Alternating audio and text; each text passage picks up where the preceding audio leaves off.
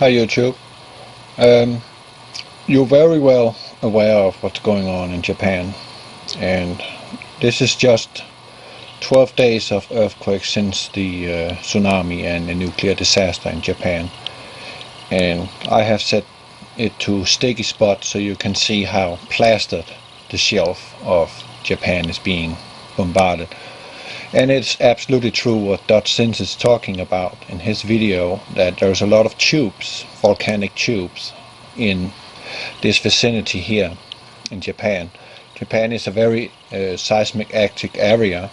We have the Pacific plate lying out here, and we also have volcanic activity in Japan, and a lot. And Japan, as we speak, is already doomed, and it's just a question of time.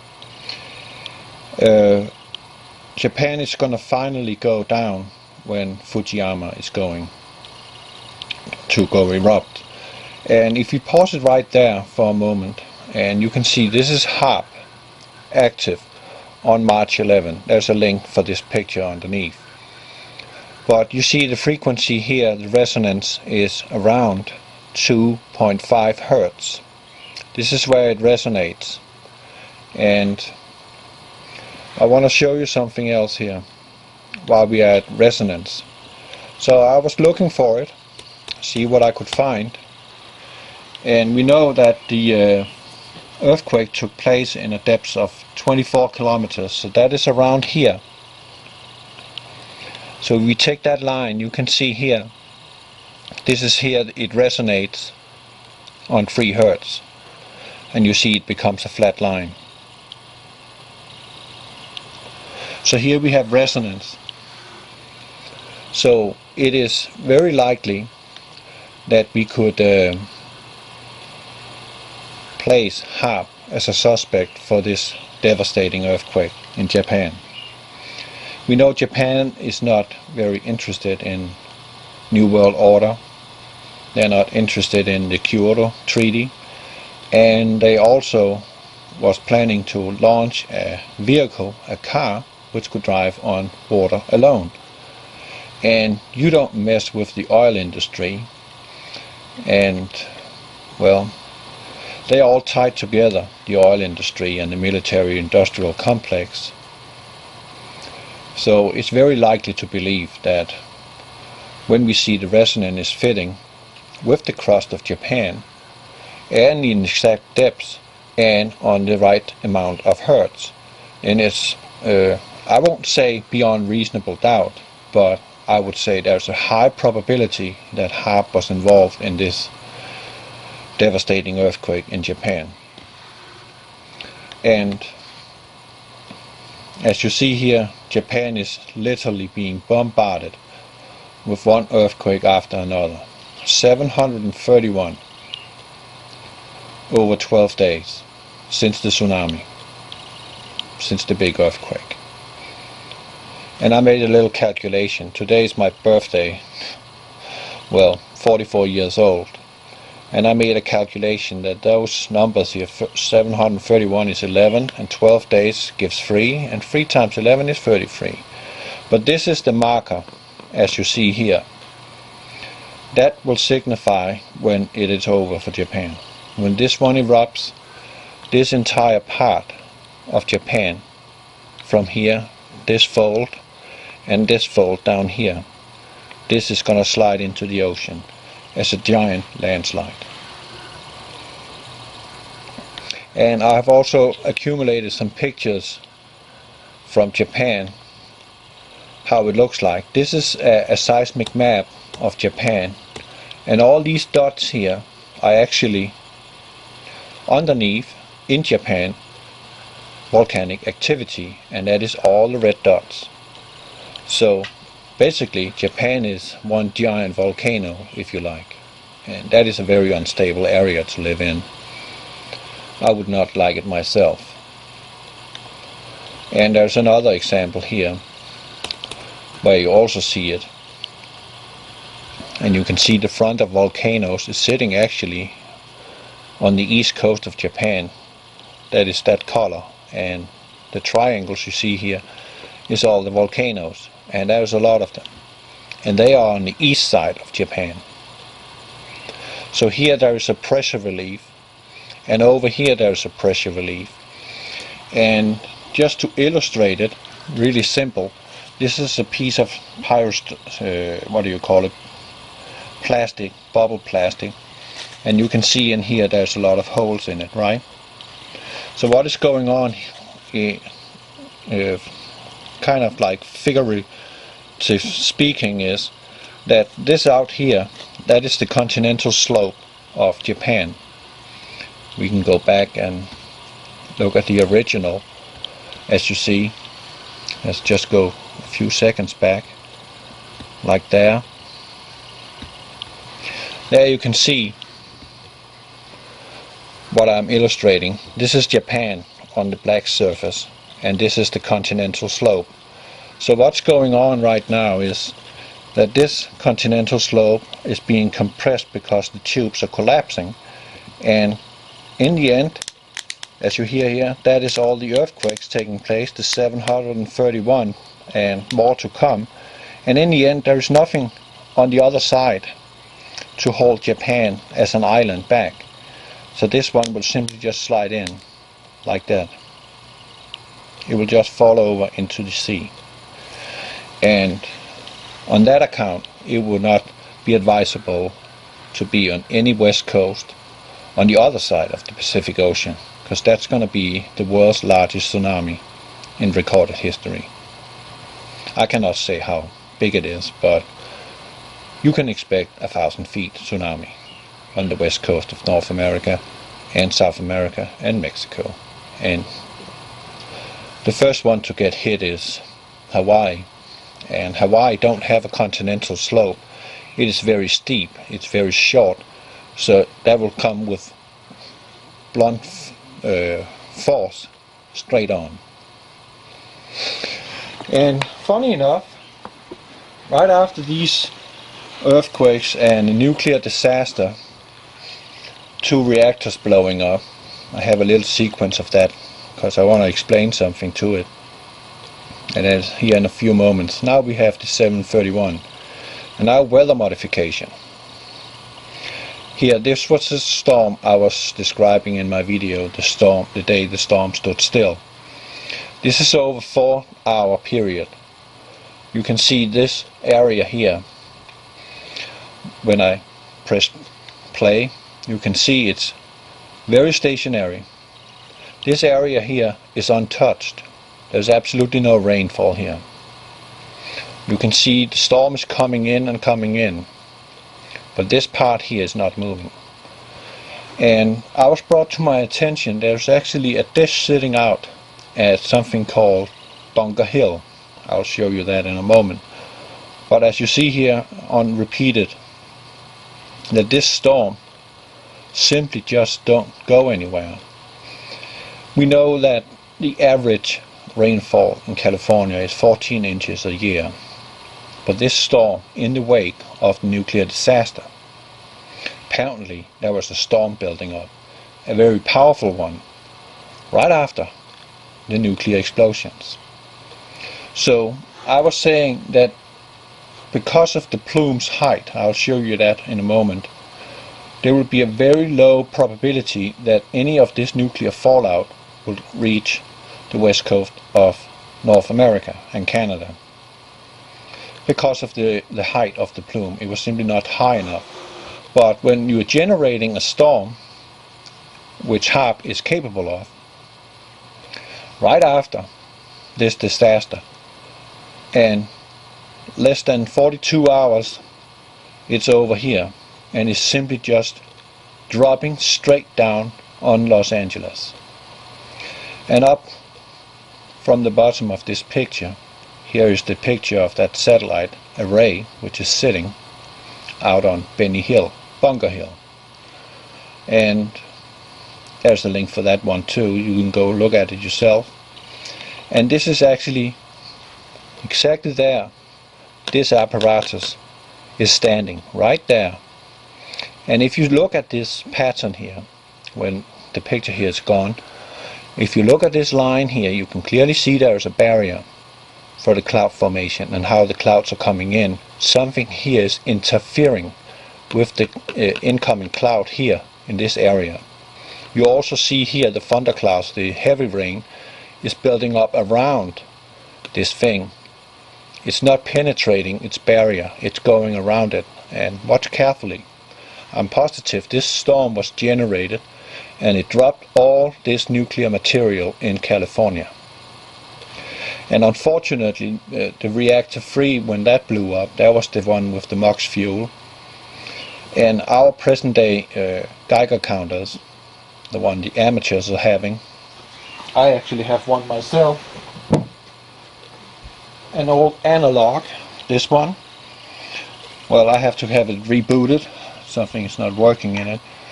This one can only pick up plutonium and uranium. But what's coming from the MOX fuel reactor cannot be picked up by this one. And the few people want to invest in a Geiger counter which is able to take the other isotopes. That is a very costly, very costly piece of electronics. So there's a very few people that have that, except nuclear power plants that is operating with MOX fuel. But pay attention here to what is actually happening on the screen. You can clearly see, go away, you can clearly see here that the thunderclouds are not going in over, they are forming a circle around this area. That is very visible. And you see this line too. Something is interfering here, like a beam is going through and breaking up this incoming cloud. That is very visible to you. I would suspect you could calculate that. And then another thing. This one I made for fun. Indeed I did. This one looking like a V, and that's why I just thought it was fun to make that one. But that is from the same storm. And this one is stationary too, it doesn't move. It stays in the same vicinity, which is peculiar. And again, this thing on Bunker Hill seemed to be the one that is responsible for creating and stabilizing the storm to stay in the area so it doesn't go further inland. So we know here, we've seen this before, that the HARP grid is very extensive. They have absolutely all control of weather. And many have said to me, yeah, but HARP is only an atmospheric heater, an ionosphere heater. Yeah, it is. It is basically to build a plasma up in the ionosphere for incoming missiles as a defense system. And also cosmic event. It could probably serve as a protection shield. I don't know that, but that's a possibility. But it depends on how many megahertz HARP is sending out. If we're going down in a 2 Hz scale, we're talking about a very low tone which is able to shake. It's like you have a bass guitar and you take the thickest one and you thump it, and you can feel these deep vibrations, and if you take a little thinner you can hear the pitch is a little higher. And HARP is capable of working on all frequencies and move up to 1 billion watts, and that's a lot. So that is propelled up to the chemtrail clouds and bounced like a mirror down on the target. Or they could also use the electromagnetic field on planet Earth itself to propel and even enhance the firepower of HARP. So HARP is not just an ionosphere heater, it is also an earthquake machine. And actually HARP, in full operational, the advanced model of it, the scalar, is actually able to cut the Earth in 2 pieces, just like an orange. And I kid you not, HARP can do that. Scalar can do that. Destroy the entire planet in a heartbeat. So this is the powers we're working against. And funny enough, someone put this one to me. This one kind of reminds of harp, doesn't it? Yeah, it kind of does, actually.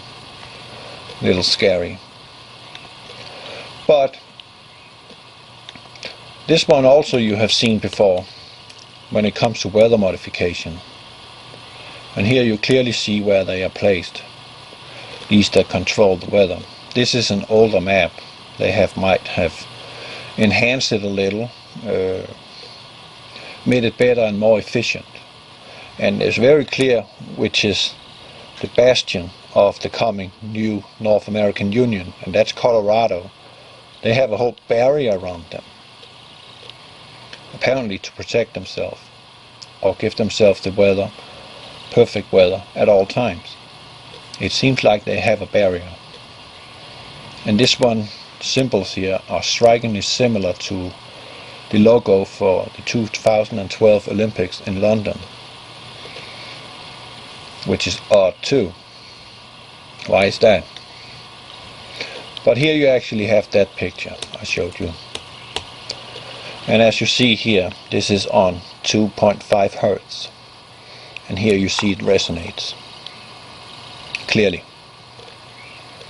And this duration is actually from midnight through midnight, and actually 28 hours of constant beating, and possibly on the continental slope of Japan, which created this earthquake, which now also led to a nuclear disaster. So this is the people you're dealing with. And the reason why I say this piece of Japan is actually the part that's going to go off. You can clearly see there's a line here. This is the Philippine plate, Pacific plate, Eurasia plate, and here we have Japan. So this is here, it's going to snap. And up here in this direction. So this piece of Japan, when Fukushima in Tokyo is going to go erupt, this piece of land people need to be aware of. And you can clearly see here all these small specks here is volcanoes, and there's a lot of them, especially on the main island. And Tokyo is right there, and Tokyo is going to go with it. So that is how bad it looks. Japan is doomed, and the real countdown starts when Fukushima goes erupt. And we can see here some results of what is really going on. I don't know if you can see it, but you can actually see that the soil is collapsing under itself, because the crust in itself with these tubes, which is collapsing very deep down, all the way down to 50 kilometers and all the way up to the surface. There are tunnel systems, and these pipes, as I just showed you here, is being pressed together, and they are popping one by one. And that leads to this, not sinkholes, but it leads to a collapse of the sediments. And here's another example of it too. What's going on in the Japanese streets. That is not promising. Japan is falling apart right now. And this is the combined map. Someone also wanted me to talk about the Gulf of Mexico. Yeah, I can talk about the Gulf of Mexico. It has come to my belief that the Gulf oil spill originally was fake. They did pump oil out in the ocean, yes. And I'm see if I can illustrate it here for you and make it plausible for you to believe what I say. Here's where the Deepwater Horizon was.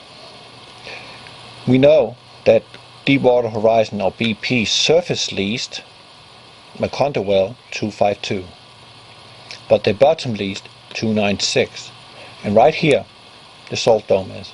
Over here in 295 we have Biloxi Dome sitting here. So they were up here in this vicinity and drilling into the salt dome. And that picture I also can show you. And that is exactly what they did. You have also seen this a lot of times. And this is exactly what they did. They were actually placed here in 252, and then they drilled in this way. And they drilled straight through a fault line, the New Madrid fault line. And they have fractured the crustal layers all the way down. So in this moment we have a washout of this salt dome. And this salt dome, I also showed you, is connected to this called the Luan salt layer. This is a giant brine pool of salt deep down in Earth's crust, which is connected right here to the salt dome in my condo well 296. And when seawater gets into this area here, this is going to dissolve, and this is going to contribute further to the collapse of the entire seabed in this area, and that's right out to the Mississippi Delta. So that pretty much illustrates what I have been saying all along. This is going to go real bad, and it's all planned, because this is what they want. They want a divided America, and that's why they have placed the superhighway in this direction on the west side of the New Madrid line. And I've just recently received some documents that it seems like that my map regarding the Navy map seems to be valid, because there will be a new port in Kansas City, and that fits with this map. A harbor in Kansas City. And if we go back to the other map again, the NAFTA highway, and look closely, where is that highway crossing? Kansas City, right there. So here would be a new harbor where ships can come in here and port in Kansas City. And that's not so far away from the main center, is it? Because this is Colorado, Denver. So that's a very short route in. And that one is already designated. It's going to be the new Interstate 135, which actually says 9. 1 plus 3 is 4. 4 plus 5 is 9. It's all about numbers, right? It's all about numbers. So that fit perfectly. Perfectly. So this is how it's going to look. And the reason why I say it is not oil down there. It is an asphalt volcano, Biloxi Dome. Over here, Deepwater Horizon were. But the leaks, the 7 leaks of Biloxi Dome, is an asphalt volcano. So maybe this NOAA was picking up a 20-mile long plume here, which I also have a picture of, which is the sonar picture from the fish which got dropped, and now I don't have the picture. Isn't that just wonderful? Never mind that. Here I want to illustrate again what makes me suspicious of the oil spill. You remember, you saw to begin with from CNN that there was a pipe lying on the seafloor, and it was pumping some black stuff and some white stuff and sometimes a little yellowish stuff out. And this pipe, if you remember in the back of your mind, or you still sit with the footage, I don't unfortunately, you remember that this pipe was cut very precisely, almost too perfect, for being something which was bent, right? Bent and crumpled over. It snapped in a perfect line. So what I suspect, because I know BP and Shell, they work together. They are part of this so-called Bilderberger group. So, isn't it possible that what they did was they severed this Shell pipeline and, let out a lot of crude oil for them to be able to use Corexit? So what we were watching here, and as an illustration of that there was an oil spill of proportions, But we were shown something entirely different, wasn't we? Oh yes, we were. We were shown a gusher, at least 3 feet wide, and the rover was just sitting there and monitoring it, and it was the Scandi Neptune. I think that BP Oil Disaster have that recording in one of his uploads, where Scandi Neptune is having what they were calling disbursement operation, meaning pumping correction straight into it. But that doesn't necessarily have to be true that was what they were doing. No, what they were doing, they were simply sitting and monitoring the Biloxi Dome's eruption. That was what they were doing. And they made us all believe that was the oil gusher. And what was it that Simmons, he said, and what he was about to disclose before they killed him? He said the pressures from down there, from those depths, were at least 100,000 psi. And there would be no man-made construction that would be able to contain or cap it, ever. And he's right, because this is exactly what is happening, as I explained to you many times, and that's one of the reasons why you need to get away from this area. The oil coming up from down there, where they actually hit an oil well, is going up through the fault line and serving as a lubricant on the entire New Madrid system. And it might be the reasons why we have had these 2 leaks up in Michigan and Illinois, where oil came out. That might be the result of all this oil with such high pressure of over 100,000 psi being shot through the fault line, through the crustal layers, and all the way up through north. And now it's served like a lubricant, just like oil in an engine, so it doesn't burn. And this is also, when it goes through the crustal layers, this is up at the surface, seafloor. I can take it here, like this. As you see here, here's the surface of the sea, and here's the sea floor. So down here, in the first crustal layers, here we have the aquifers. And where's the oil going? They're going to your water table. Plus, all the oil is being shot up through the New Madrid line. And they severed a ley line too, an energy grid line in the Gulf of Mexico. So I strongly believe that the Gulf oil spill was faked. But what they did was they ignited the Biloxi Dome and thereby created that what we are now facing, which is a NLE 2011 New Madrid fault line exercise. And it doesn't take 2 and 2 to count that one and put it together. And in reality,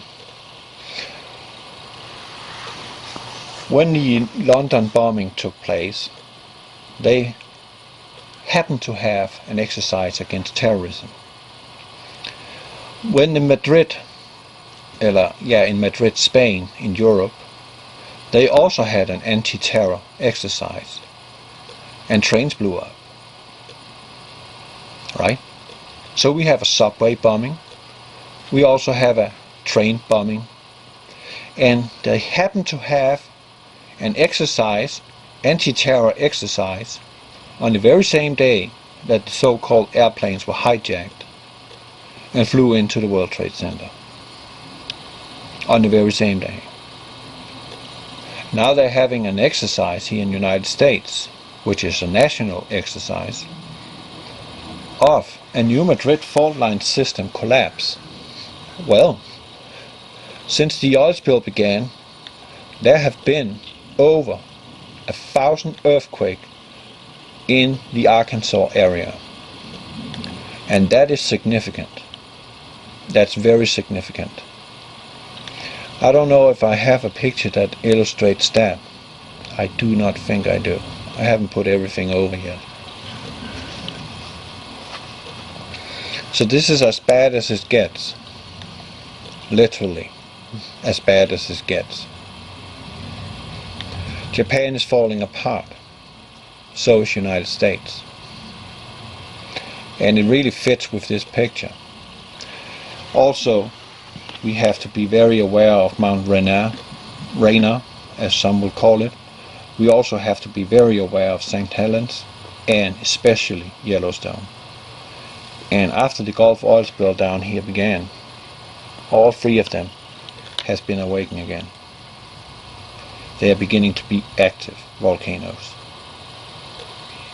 So the question is, when is that going to happen? I could imagine that will happen after the pressure release here, and the entire continent of North America is going to sink into this hole and create this deep trench on the New Madrid fault line zone. When this one sinks in, pressure is being admitted to this area, and that might trigger a volcanic eruption, either from Mount Rainier or maybe from St. Helens, but most likely Yellowstone Park, because this one is really showing signs of activity, and there's been a lot of earthquakes up there. And it started actually on this date, on the 26th of August 2010, and this illustrates a 13-hour continuous non-stop earthquake at the caldera in Yellowstone Park. This is significant, and this is something we need to really keep an eye on. Right now the headlines are Japan, and I truly understand that, but I don't have a timeline on it. I do not have a timeline on when the New Madrid line is going to go off. I have absolutely no clue, but I could suspect it's going to be late April or in the middle of their exercise. The exercise is beginning the 28th of April, and when it ends, I think it's 3 weeks later, we might have an America looking like that. And we also have earthquakes here, and we also have earthquakes here now. We also have earthquakes up here in America.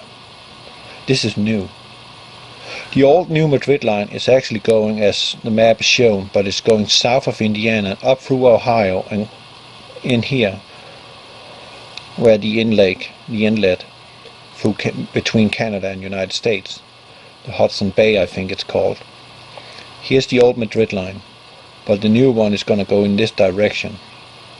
There's been cracks in Kansas, there's been cracks found in Illinois, and it seems very plausible that actually these two spills which has been up here because of the New Madrid system, there's fault lines in Michigan, which is up here. Cracks appeared in Michigan, as you saw a video of. Cracks is appearing in Illinois. So there's reason to believe that the New Madrid line's fault system is going to take another turn this time. And we have Kansas City in this area, where we're going to have a new harbor, a port.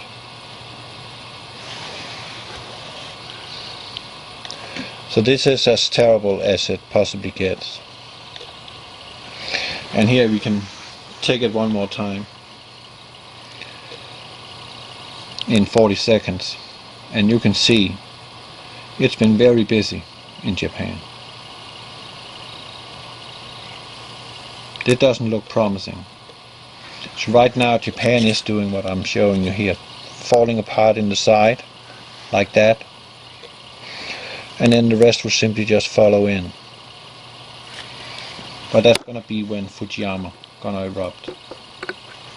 I don't know the time frame for that, but as soon as Fukushima erupted, I would advise people living on this island here, this piece of island, and get away into safety. And then we have these two explosions, and then we have this weather system just after it. But here you see the plume is not high, so there's very good reason to believe that this would be a very restricted area, not restricted but in a limited radius of the disaster. This is approximately 400 feet high. This one is even higher, but still not reaching the jet stream. And this is the MOX fuel reactor. This one is significantly higher, maybe 600 feet, 700 feet, but that doesn't get it up to 10,000 feet up to the jet stream, does it? No, it don't. So that was my reason for believing that it will not reach North America, this stuff. It will be in a specific location called Japan and in parts of the Pacific Ocean. But this vast storm, as we see it here, actually a little further in, here, this one was lingering for hours and hours and hours, and it dropped 9 inches of rain. So you won't pick anything up if there's any radioactive material in North America now because of Fukushima, because your Geiger counters won't pick it up. So you don't know, and you won't be told either. You can count on that, because that will create total panic that you have radioactive fallout. But if you see sickness beginning to arise, then you're definitely sure that something is not right, and it will be the best thing for you yourself to leave the area. But wait for the symptoms. And another thing is, you need to keep a very close eye on the animals now. See how they're reacting. See if they're seeking away, or they don't want to go out and stuff like that, seem like they're scared. That is a strong indicator. Look for rainbows in the sky. And also, don't forget to keep looking up on your sky, because we're also going to have a cosmic event of some sort, and it's going to be visible to the naked eye before it arrives. I don't know what it is coming, if it's this cloud, the interstellar cloud, or there is a rogue planet out there. I don't know. I truly want to see it with my own naked eyes, visually, not through a camera, to rule out any kind of lens effect.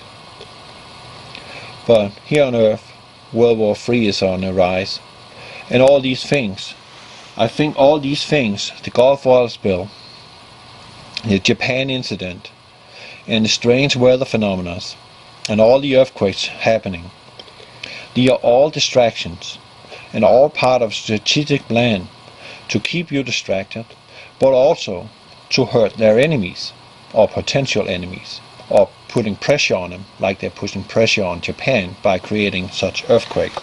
And question is, when you look at this in Japan, how many times of these earthquakes has been involved with harm? I truly don't know. But this is a lot of earthquakes in 12 days, 731. That is a buckload. And they are all powerful. The Japanese people can feel these. They are up in the range of 5 and up. That is significant. The blue dots illustrates how deep they are. This is around 25 kilometers, all these blue ones. The red one is very shallow, about 2.4 kilometers down. And the one we had, the devastating one that destroyed Sendai, was down in the depths of 24 kilometers. And it also, as I showed you, it fits with the resonance table that they hit the right string in the crust in Japan with 2.5 hertz for a duration of 26 hours, hammering on this very, very fragile area. And now we know the rest of the story. That's basically what I have to say for today about this area, this subject. So now I'm going to enjoy my birthday and upload this to you. And pray for the people of Japan. They seriously need that. And as a whole, pray for everybody, because we are heading into a world war, possibly June. I think Iran is going to intervene in June. They're going to come on as a player, and then we know the rest. It will be an all-out war in the Middle East. So I believe all these things happening around the planet, all these mysterious things we cannot explain, but only theorize about, or create hypotheses about, it's all distractions for what's really taking place in the Middle East and what is about to be coming a full-blown war.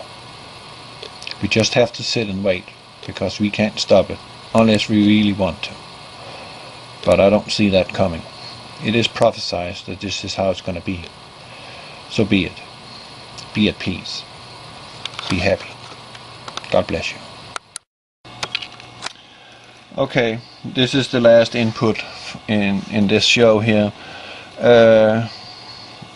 I've just been reamed my butt off that I'm not mentioning the CMEs from the sun, that they also cause an earthquake, and there was a CME on the 8th of March, and it supposedly hit Earth a couple of days later. But here I sit with a graph, a diagram from 1975 and all the way up to 2006.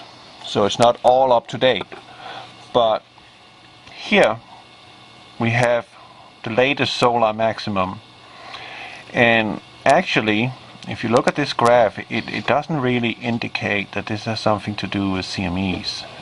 Not really. But what do we see instead? We see a steady climb. We also see a little down, but there we see a climb, and it keeps climbing.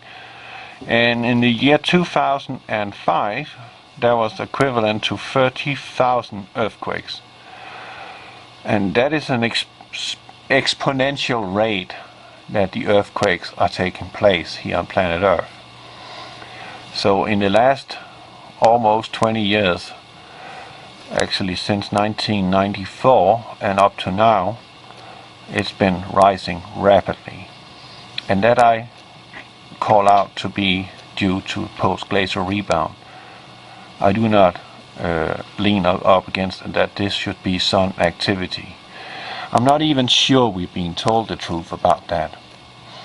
How can we disprove that NASA comes out and say what they're saying, that the CMEs are causing earthquakes? Well, that is what they're saying, but this graph is not showing that, because from 1994 and all the way up to now, Earth should have then been bombarded with CMEs, and that's not the case, is it? So this graph and the CMEs don't really correspond to each other. I see this as a post-glacial rebound, and they're helping it along with those electronic devices they're using. That is how I see it. It's not just CME related. The graph is showing something else. It's showing something which is a little more earthbound. Post-glacial rebound.